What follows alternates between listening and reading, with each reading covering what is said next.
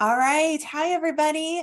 Thank you so much for coming today. My name is Jen Trum, and I am really excited to have you here today. This is my third coaching and support call for the Women in HR support group.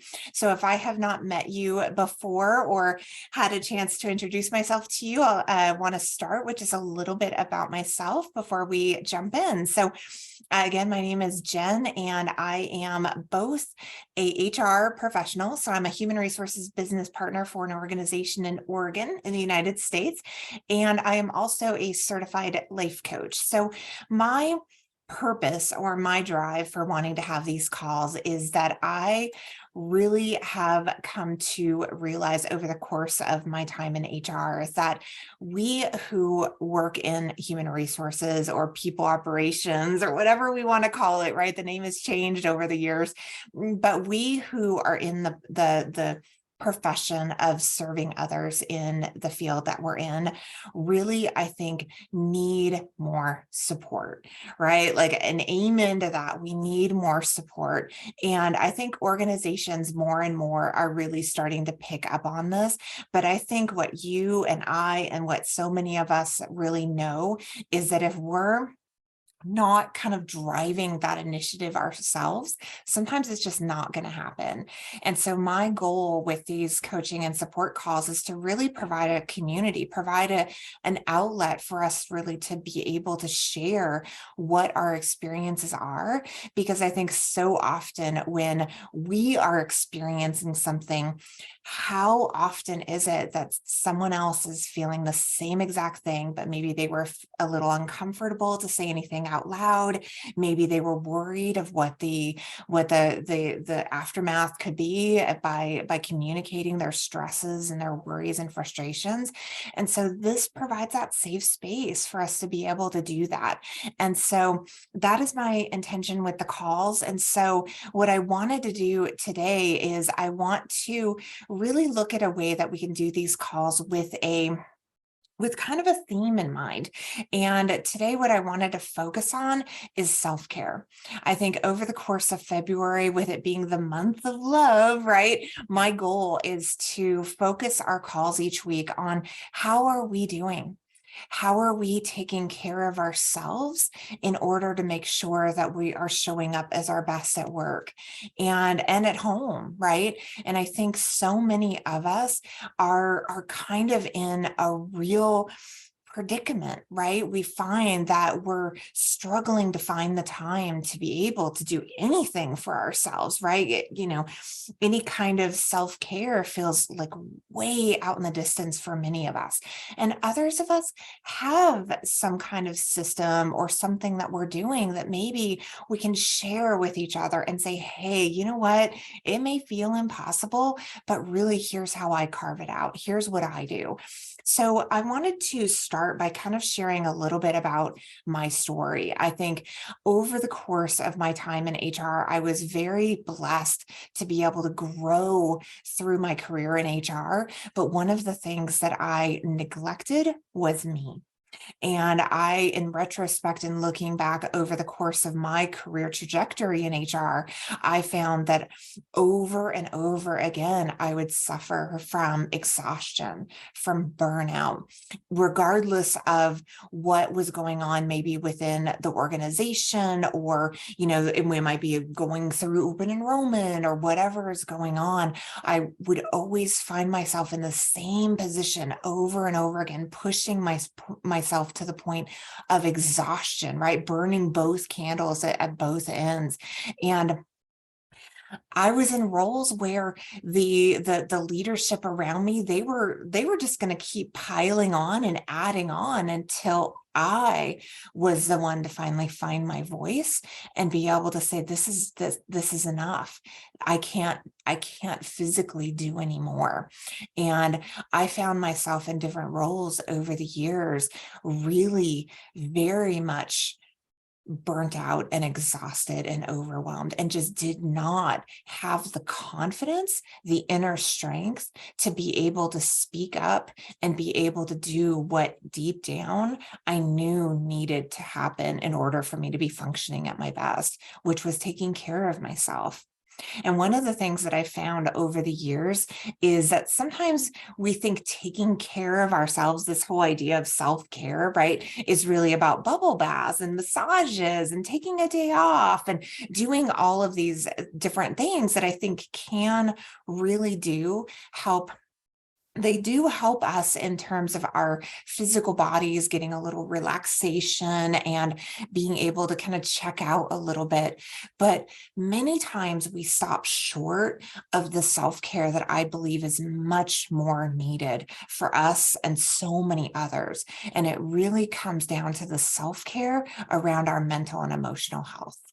So one of the things that I have learned over my years now, as not only throughout the course of my years in HR, but once I started to go through myself to do some coaching and become a coach myself, I've realized that until we can really learn the skills of being able to understand what's really needed to care for our mental and emotional health better, many times we end up struggling. We end up doing the things that we think maybe in society that we're supposed to do to take care of ourselves. Or in the case that I said a little bit ago, we're not doing anything at all, right? We're not actually doing the things that we know we should be doing. But what ends up happening is we fall short of the care that's most going to help us be able to move on from the stressors that we're dealing with in our day to day, right? We end up kind of deflecting our attention when we finally do get a little bit of time to ourselves, and we might engage in activities that will allow us to check out or disengage. But what ends up happening when we're not actually giving ourselves the attention that we need in terms of our mental and emotional health, all that we're really doing is we're kind of pushing down. We're deflecting and we're avoiding what's really going on underneath. And that is what I realized for myself for many, many years. I was deflecting and avoiding by engaging in behaviors that perhaps I thought were helpful, right? I thought, here I've gone a long day of work and I'm ready just to check out and not have to deal with my stress and overwhelm and anxiety, right? So I might go home and work out, or I might drink, or I might eat, right? I might do different things that help me not have to face what it is that I don't want to deal with in my workday. But again, what ends up happening when we do that is, yes, temporarily in a short term, we do feel better, right? For that little bit of time because we, did whatever it was that helped us check out. But what we're missing is that by avoiding, by distracting, and by deflecting what's really going on, we're just pushing down something that's just continuing to bubble within us. And one of the skills that I've learned over the course of my time now as a coach is, how do we allow ourselves the opportunity to feel what we need to feel, to process through what we need to process through, so that we can move on and let go. So I have realized, and I've really started to put into practice myself, that the ultimate self-care that I've been able to develop within my own life is the ability to be able to process what I'm actually feeling, so that I don't continue to push myself away from it. Because the only way I'm ever going to be able to grow and evolve as an HR professional, as a coach, and as a woman, really, is to be able to face what it is that I don't want to face, right? It's to face the reality of what it is we're pushing ourselves away from. So that is my journey and what has really led me to realize that I think that there are so many others just like me out there who are struggling and think that by going to the massages and the bubble baths and, whatever it is that we think we can run to when we do actually have that opportunity to take that self-care and think that that's going to solve whatever problems that we're trying to distract ourselves from. When in reality, the greatest self-care that I personally needed for myself was within myself all along.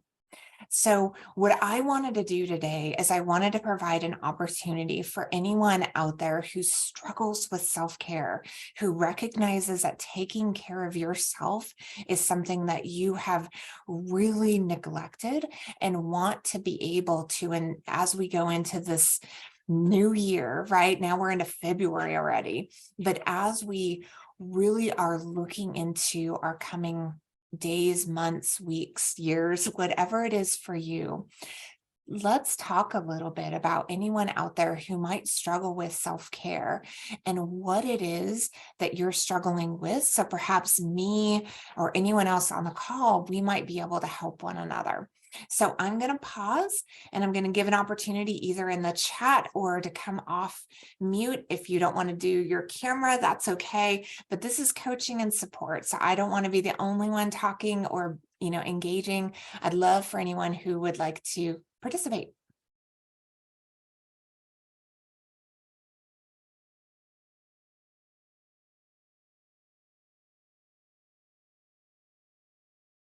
Come on. I know someone's out there contemplating what they might want to say. Finding the time. Okay, Tia, let's talk about that. So, time, right? I grew up, I don't know about those of you on the call, but I grew up in a very strict military family. My dad was an Army man, and I grew up with a very, very clear understanding that you are to be on time and that you are to make sure that you maximize your time and your availability in your day, right? And one of the things that I realized as I grew professionally in my career is that I was very, very quick to overcommit myself. Right. I was very quick to want to be able to do all for all and really had a very difficult time when it came to being able to manage my own time. Right. I am very conscious and aware of the time of others, hence the military family. But I tended to really struggle when it came to managing my own time.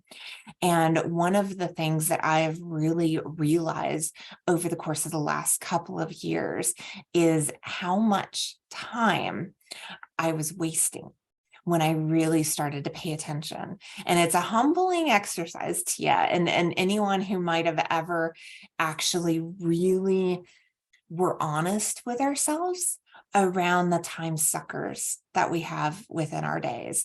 And I don't know about you, I certainly cannot say for anybody on this call that you have certain time suckers or not, right? But I know for myself, when I really started to pay attention, I was recognizing all of the different places that I would use little gaps of time to check out.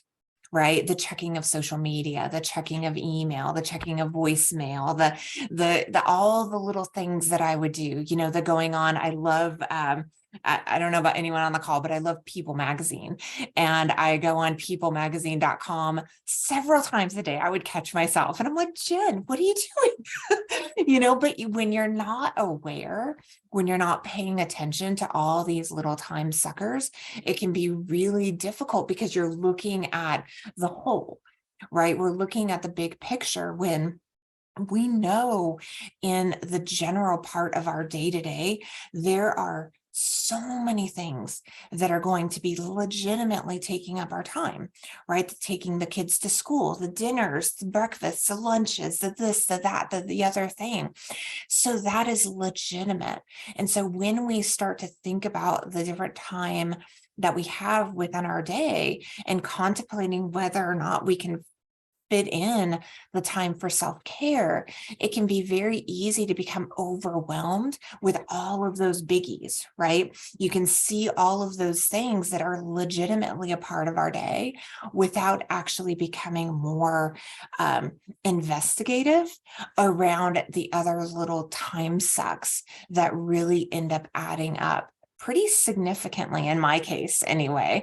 And I think when we start to look at it from that perspective, time can start to open up, and time becomes more of this fluid piece that when we pull out the different parts that are outside of our control and recognize those moments within our day that are within our control and that we might be utilizing in ways that might not be the most serving to ourselves today and ourselves in our future, we can really start to realize how much more in control we are. And I think that for me was a pretty big shift in the mindset that I had, that I did not have time. Because I think sometimes that can be a story. And in other times, there may be chapters and there may be times in our lives where we might have to really push through.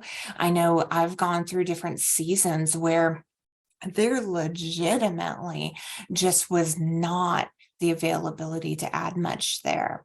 So we have to be a little graceful with ourselves when it comes to seasons and when it comes to different chapters, because that can very well play into it. But is that sustainable?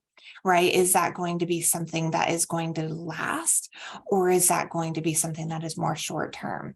So I hope that answered your question, Tia. If there's any other like subset of that I can help answer for you, please add in whatever you'd like to contribute.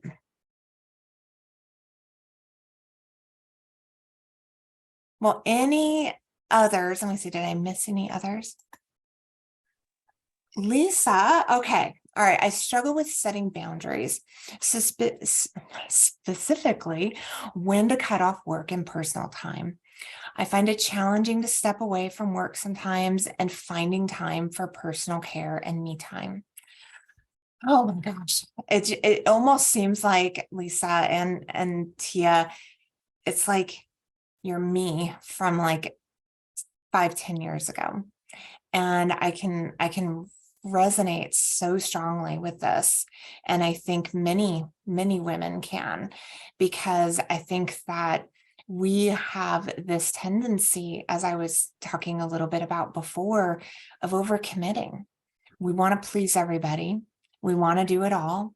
We want to make sure that we are not disappointing anybody, right? There's so many different storylines that end up going on in our minds around thinking that we need to be all, we need to do all, we need to have all, right? Like all of these things weigh us down so tremendously that we become paralyzed.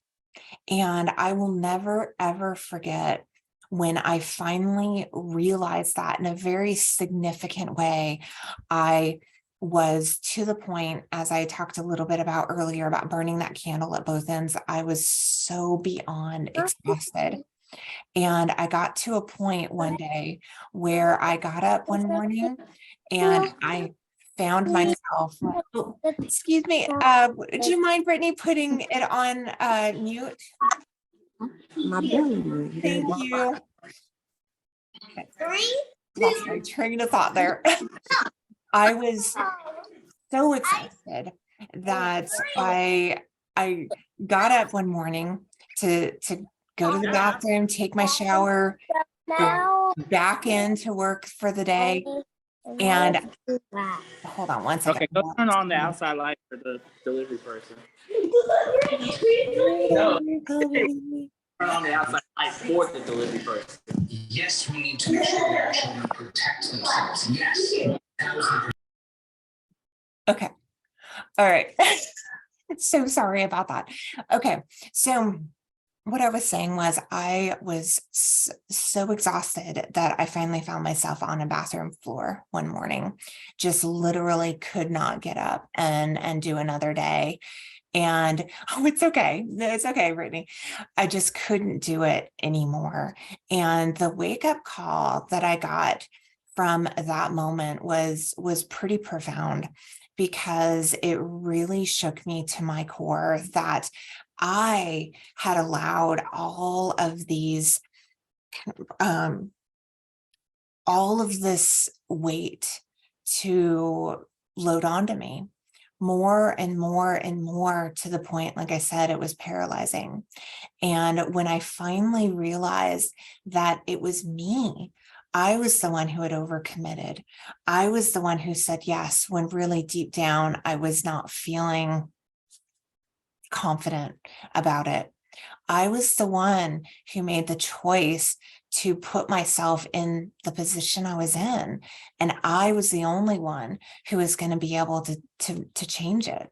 And it was really a powerful moment for me when I learned that I had so much more authority than I gave myself credit for, and that I could learn the power of being able to not get to the point of burning myself at both ends, that I could communicate with honesty and integrity and be able to be honest about what I could and couldn't do.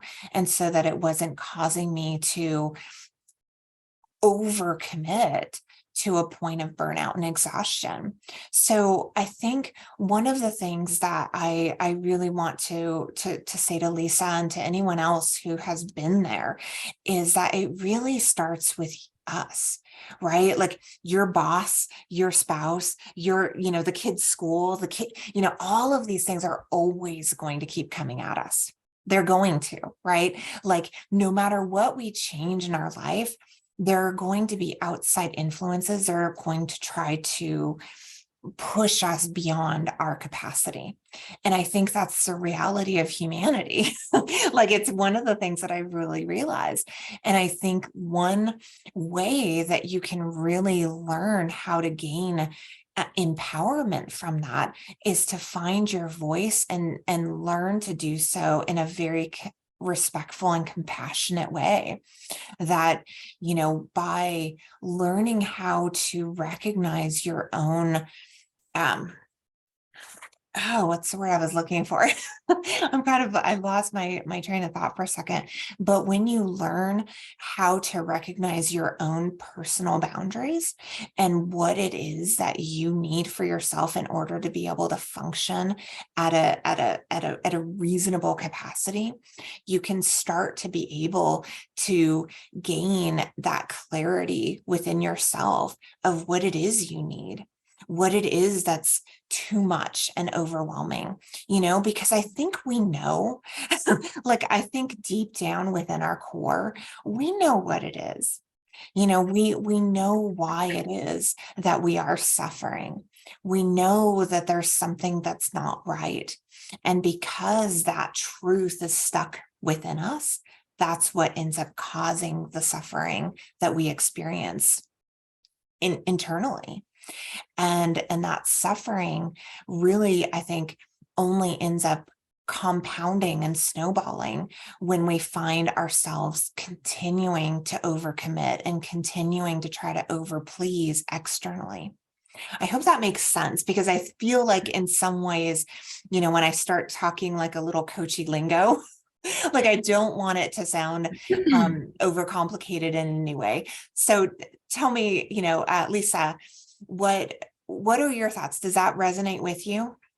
Yeah, it definitely resonates. I think as of recent, like Q3 and 4, I've been taking a step back, like with request and saying, does this need to get happened, today? Do I need to get this done today? Is it gonna, how do I say this? Is everything gonna be okay if I don't do it like right this second? Or if I don't meet this request, what's gonna happen? And if nothing's gonna happen, being okay with saying, no, I can't get to this today. When do you need this by? Or just setting those expectations of what's on my plate. And then if something has to get reprioritized, just being able to speak up and say, hey, can't get this to this right now, but we can revisit this next week or next month. Because I mean, I feel like Mondays are, you get everything dumped on you on Monday, and then you're working through the week, and then all your fires still kind of happen on Friday. I think I have a phrase that my Fridays are my Mondays sometimes. So things are always coming at me. And so it's, we definitely have to be flexible and be able to move things around in our roles. But I've had to really just take a step back and just really understand, what is this going to take for me to get this done? Is this something that is going to make or break me? And if so, does it have to really get done today? I guess is really what I'm trying to say. And I find that as an internal struggle, because I do feel like, in our roles, we do have to tend and be kind of available for all different lines of businesses and personalities and just people in general. But just being able to just say, I can't do this, or find another colleague that may be able to step in and take some initiatives off of my plate. I love that, Lisa. I think it's a process, right? Like I think you're on the right track, because you're asking the right questions. Like I think that sometimes, I know for myself in my early days in my career, I wasn't asking those questions that you're asking. Like, is this something that really needs to get done today? Because you're absolutely right. I mean, all of us on the call who are in HR, we know that there's firefighting involved, right? Like, absolutely, without a doubt, that's part of the job. And sometimes, though, our brains can get so conditioned to think that everything is a fire, even because the manager that's calling you or the supervisor that's calling you, they may have this sense of urgency that what it is that they're calling you or texting you or emailing you about is important. But until you can start gaining that confidence within yourself that, hey, I can distinguish, like I can actually look at these different things and be able to say comfortably and confidently that, I'm sorry, so-and-so, that is something that's going to need to wait until Monday. However, I'll make sure that I make that a priority, or whatever it is, right? That communication that you can do. But it takes time, because I think, just like you said, that can be a really difficult thing to be able to kind of step outside of yourself and say, well, wait a second, like, how can I be able to put up some boundaries and still show that I'm going to ensure that I'd step up and engage if it's a sense of urgency. But I also need to make sure that I have my own personal boundaries in place. And building that, I think for many of us, I would say most of us, is not something that comes overnight, because there's a couple of things involved with that I think many of us struggle with. One is a high sense of self-worth. And for me, that's something that has taken years and years and years to build within myself, right? So a high sense of self-worth would be that I know that I add value and that I am worthy within my role within this organization, right? Me choosing to say no in this one conversation is not anything that I feel as though makes me any less worthy or valuable. And that's a difficult thing for many of us. And I know that there can be different, ways to slice and dice that, but really, if you think about that, that's any type of scenario where your boss or a manager that you work with or somebody comes at you with something that they're asking you to do. And there's this sense of obligation, because if I don't do it, if I say no, in some sense, it means that they may think I'm not good enough. The company may think that I'm not good enough. My boss may think that I'm not good enough, right? And that's a really difficult thing to be able to start to build within yourself. especially if you've spent a lot of your career, a lot of the time when we were in school, right? We're relying on others to be able to give us our sense of worthiness, right? To give us our sense of value. And so when we're starting to grow internally and be able to develop that within ourselves, so we don't feel as though we're continuously waiting to get that externally, that's really what I'm referring to when I say it's a process and it takes time. Because until we get to that point, creating those boundaries can feel really messy and difficult. Lisa, you had your hand up. What's up? Yeah, no, I didn't want to interrupt. I think a really big lesson learned over my career has been if it was really, really important, someone probably wouldn't wait to bring it to your attention.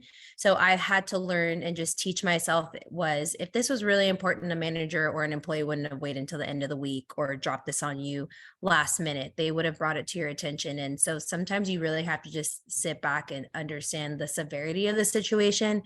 And if it really, really was important, it would have been brought up a lot sooner. If it wasn't, then most of the time they would just drop it on your plate and leave it and decide on how you want to tackle it. That's a great point. That's a really great point. I mean, I think one of the great things that any of us who are in, support type roles within organizations, one really great tool that I think we have at our disposal is to do that gut check when you're approached with an ask from, a manager, your manager, whoever, right? And really being very clear around what is it that they are communicating to me in terms of like facts and the reality of what the risk might be, right? And what is it that's coming at me around emotion and thoughts that they might be having around, thinking that it's some sort of urgent issue or, something that needs to be addressed right away, when really the facts of the situation, like you said, Lisa, are yes, it can wait. This isn't, payroll is not going to be processed until next week. Why is this issue now? Well, it's a big issue because it's something that's on their mind. It's important to them. So if their emotional state or mental state is one that they, are expecting that you should be addressing it, in the time frame that they are demanding, you can then be able to have a clear perspective to be able to say, well, actually, if we were to get to this to next week, blah, blah, blah. What can be really difficult in those situations is a lot of times if we are being approached from a place of a high emotional reaction individual, let's say, right? Like somebody who is stressed out and overwhelmed and they come at you and and now you're feeding off of that in some way and you just want them out. You just want to be done with it, right?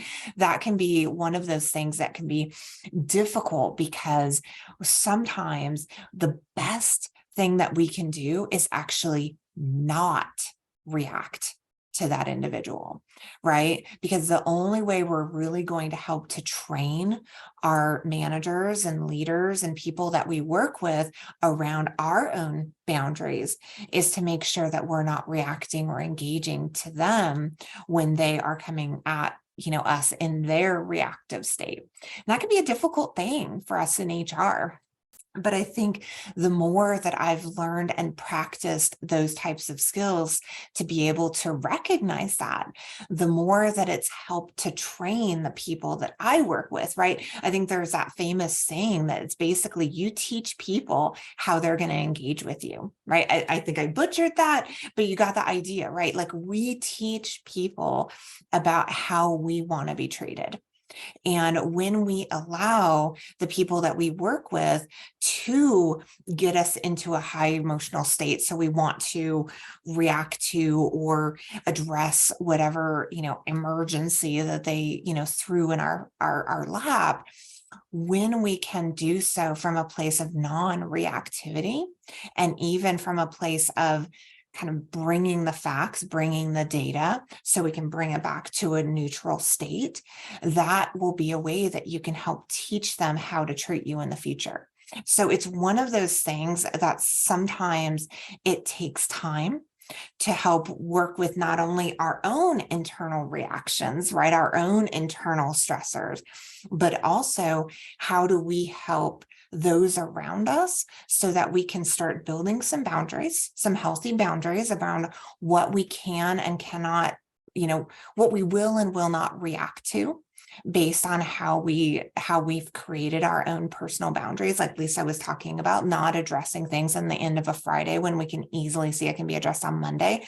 That takes your own building up of that boundary within yourself, and then to be able to respectfully communicate it in such a way that they will understand and hopefully then respect that in the future. But I know, and like sometimes it's not anything that's going to be an easy sell. So you have to just hold firm. You have to hold strong within yourself. So, okay, so let me go to the chat unless anyone had anything else that they wanted to come off mute and add to that at all.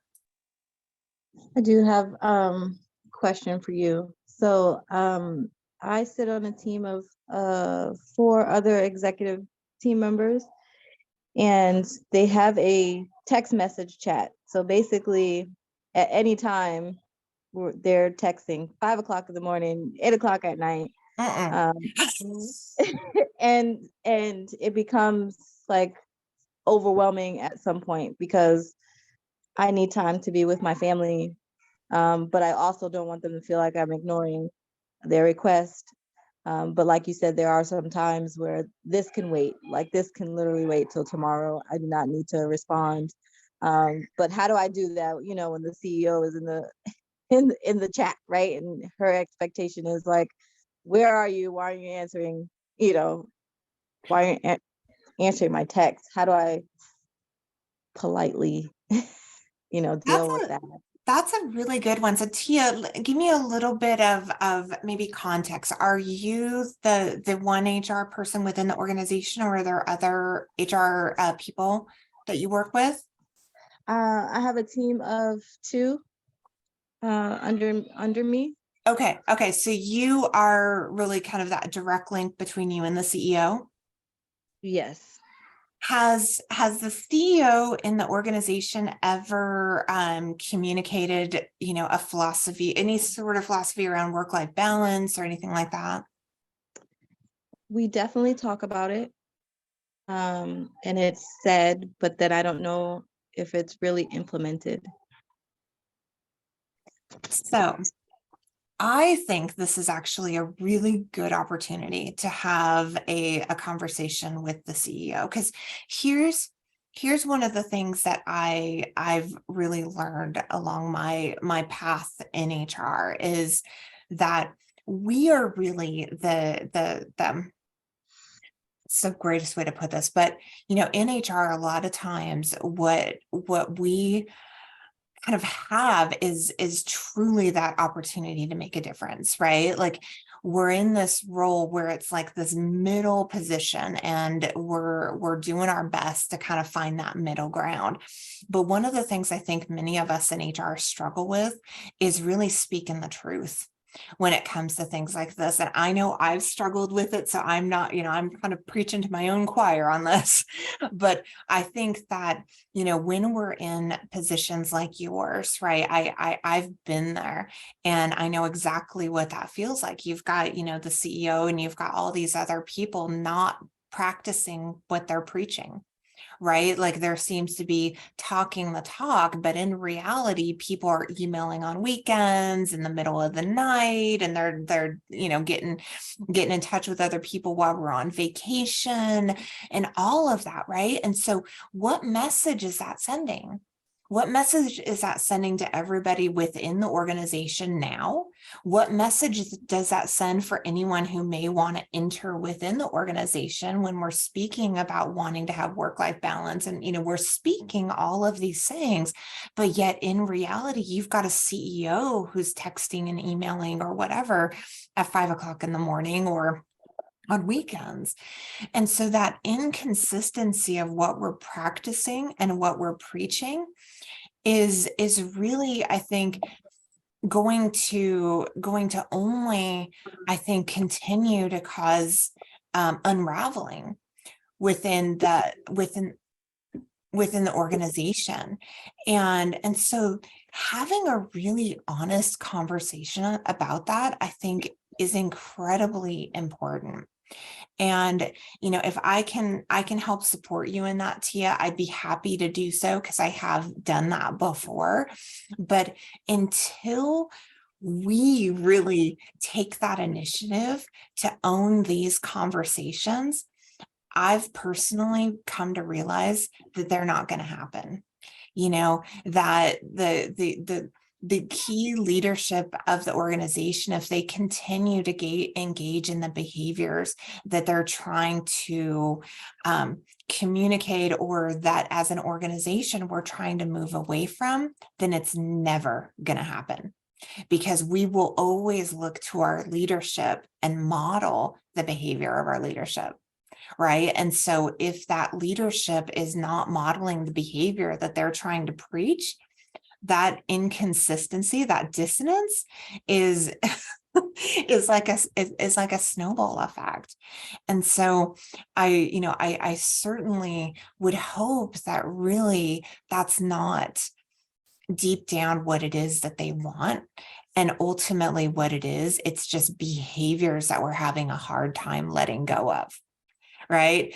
And so I think when we've got these different habits and behaviors that senior leadership and other leaders have a difficult time letting go of, until they can really realize the damage that it causes, right? They're not able to understand the bottom line effects to it. They're not able to understand that their employees are looking to them to model behavior. So I hope that kind of answers the question. But again, I'm happy to talk with you offline about that in particular, because I believe that there are different ways to address this that could be incredibly effective. That'd be great.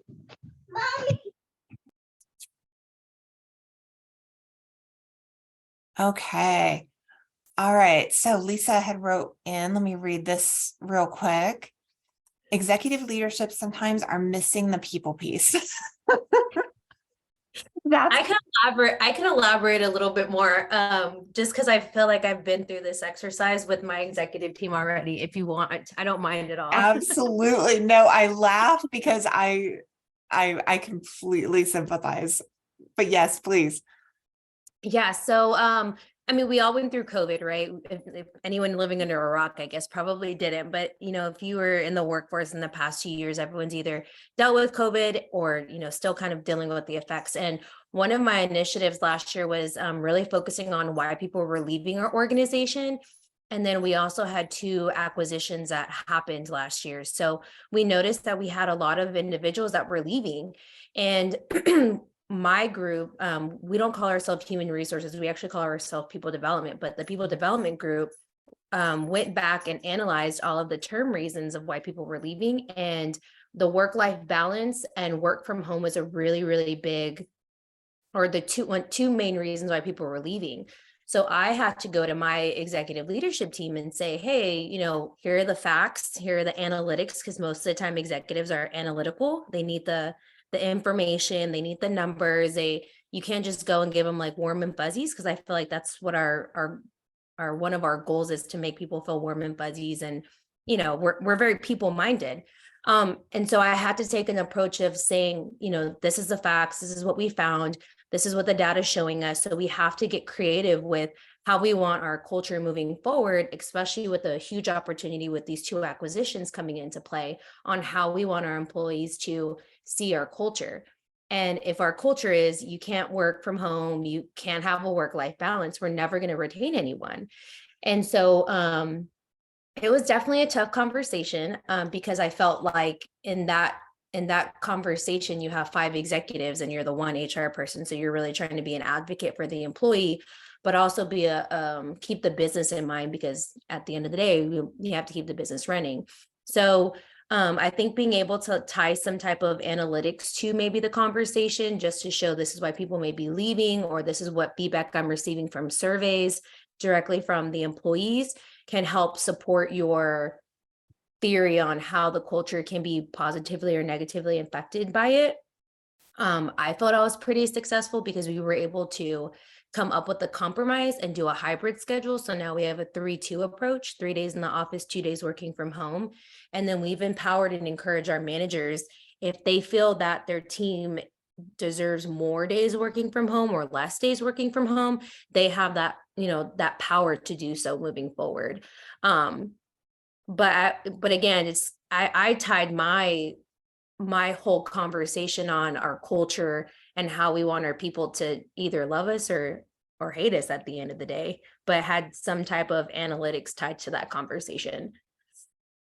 I think that's such a good idea. I mean, whenever you can have some data, associated with what it is you're trying to present and communicate, I think that can be really, really powerful, especially to leadership, like you said. And it's going to be challenging, because I think that when I presented something similar to the leadership team at the time, you had a lot of leaders who, part of like what drives people in leadership is kind of like this workaholic mindset, right? And so what ends up happening when you have people in leadership roles who have this very workaholic mindset, but you have people working for the organization who don't share a similar mindset, you now find yourself in a very tricky dynamic, because from the leader's perspective, everything's fine. There's not an issue at all with the checking the emails on vacations and, different times. And like you said, working from home, and all of these are working in the office. There's all these different dynamics that go into it. But when you can come at it with data, survey results and analytics and turnover and exit interviews and all of that, you start building up the case.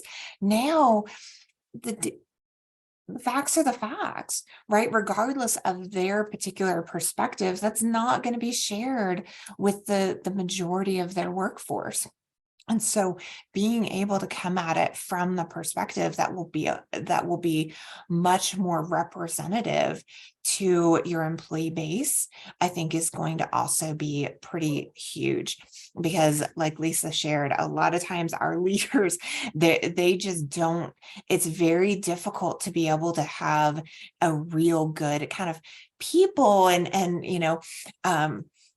looking at it from more of like the soft mindset, to be able to look at it from without the facts, without the data, and have that type of conversation can be very, very difficult without it. So thank you very much for that. That's such a good example. All right, I had another one on here I wanted to read. Oh, it had to do, okay, this is a really, really good one. We've got 10 minutes. So somebody wrote about being able to effectively set boundaries for themselves when so many others around us are burning out. And I can really vividly remember this for myself. For a long time, I was an HR department of 1, and I was the HR for 300 employees. And I worked for a hospitality organization. So anyone who's ever worked in hospitality before, that it can be very cyclical in terms of, seasons and busy and slow time. When it was super busy, we never had enough staff, so people were working themselves to death. And when it was super slow, unfortunately, we ended up would have to let people go, or people would leave because there wasn't enough hours. And so the next thing you knew, we didn't have enough people and they were working themselves to death. So it always seemed as though burnout was just a continuous constant in that industry. And one of the things that I personally really struggled with was taking on the weight of those around me that were really struggling and wanting to be able to support and help and provide the assistance as much as I could, because that's why I got into HR, right? Was to be able to be there for other people.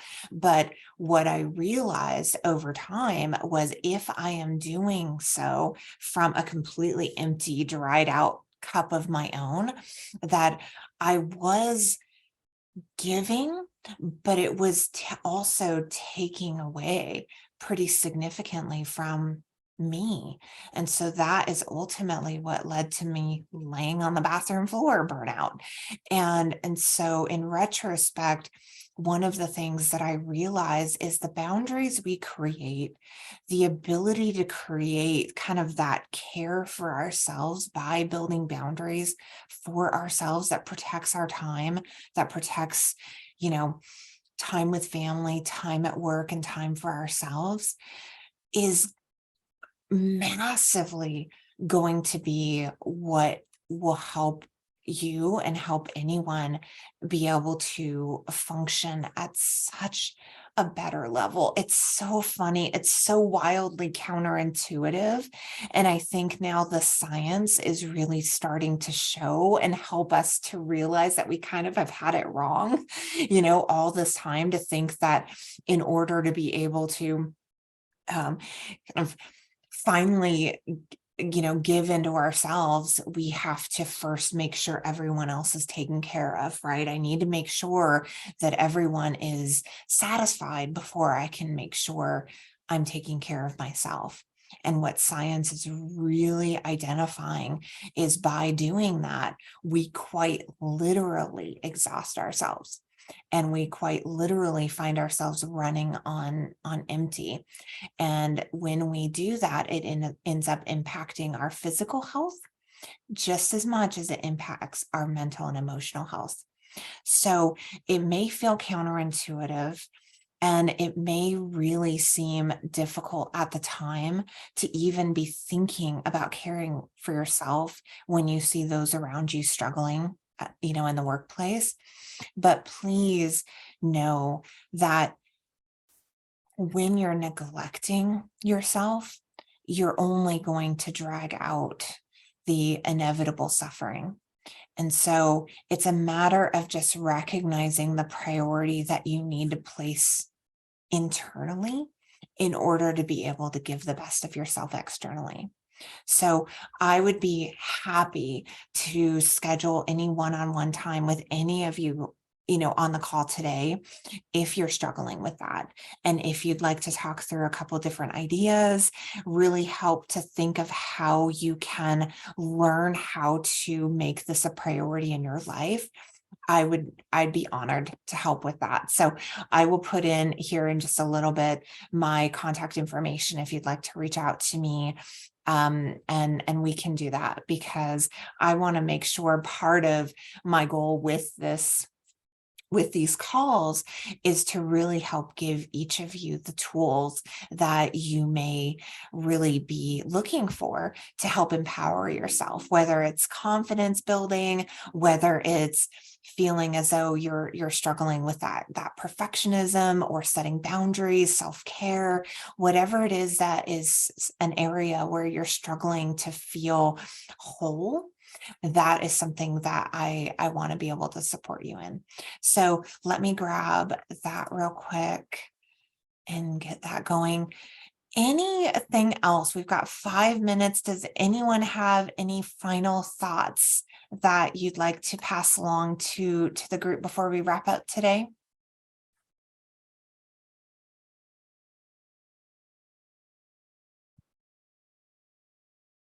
All right.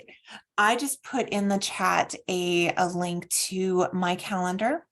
If you are interested in kind of setting up any one-on-one time with me, that would be a great way to do it. Or if you would like to talk a little bit more about working together. That would be a great way to start as well. So with that, I want to sign off for the week. We'll be here next week, same time, same place. So if you got today's Zoom invite, you don't have to throw it out. You can hold on to it for next week's call. And we're going to talk more about self-care. So again, throughout the month of February, we're going to talk about how to take care of ourselves better. That can include mentally, physically, emotionally, or all of the above. So hopefully, if you can, think about a question that you might want to bring to next week's call. If you're able to join us, I hope you are. And either way, have a great weekend and we'll see you next time. All right, bye everybody. Thank you. You're so welcome. Thank you. Thank you. You're welcome. Have a great weekend.